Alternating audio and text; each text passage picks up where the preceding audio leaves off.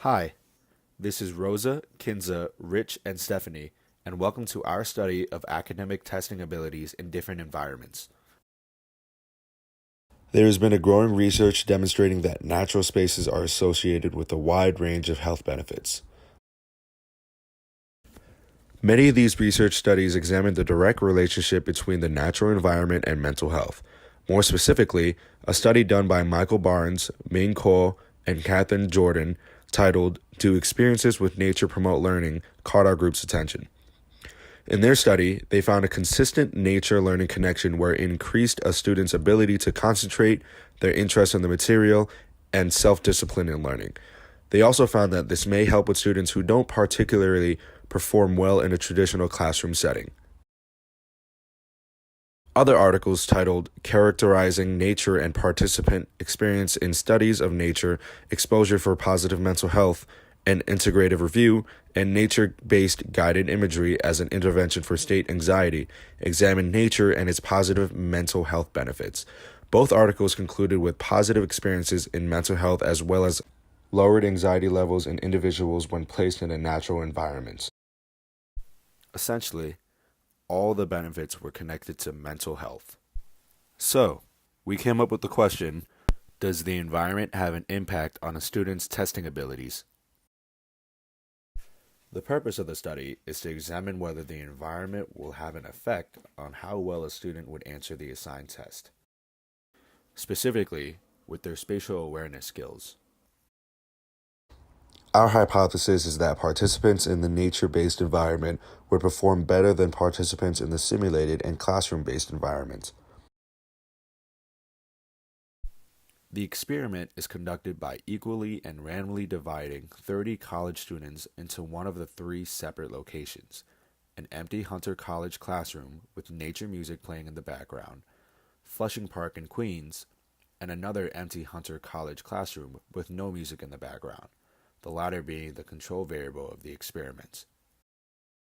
Participants will rate their mood, followed by taking a beginner-level multiple-choice style quiz that will test their spatial awareness abilities. The students are first presented with a consent form in which, if they agree to participate in the experiment, they must sign the document.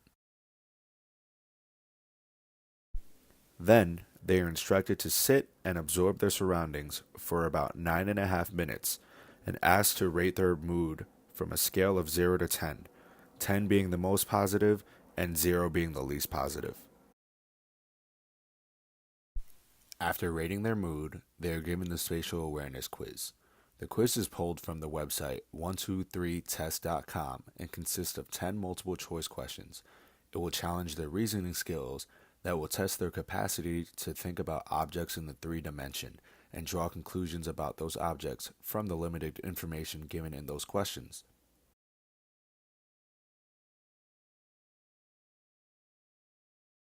As the test is being administered, the researcher leaves the room or is at a distance to minimize stress factors that may be imposed on the participants. It ensures that the researcher's presence will not be a confounding variable, therefore allowing for a more accurate data.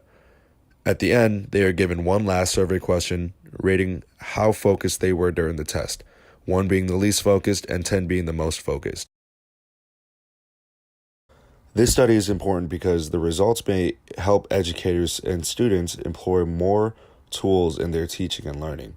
Being confined in a room may restrict creativity and problem-solving skills, but being exposed outdoors may give students the opportunity to think more outside of the box. The results of this experiment can help determine what kind of environment may be more effective in engaging students to be more inquisitive and be well educated. What's new about our study is that we will use a group that will be given recorded nature sounds, including a picture of a river, and attempt to simulate a natural environment. This is a small clip of what participants will be hearing and seeing on the laptop.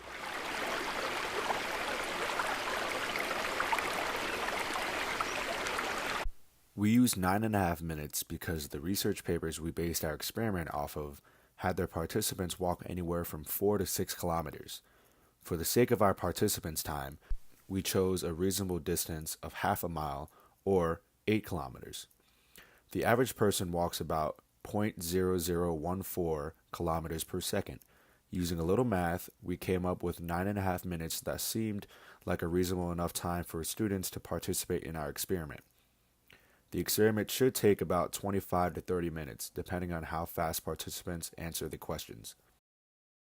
Thank you for tuning in, and we hope you enjoyed our study of the academic testing abilities in different environments. This is Rosa, Kinza, Rich, and Stephanie tuning out.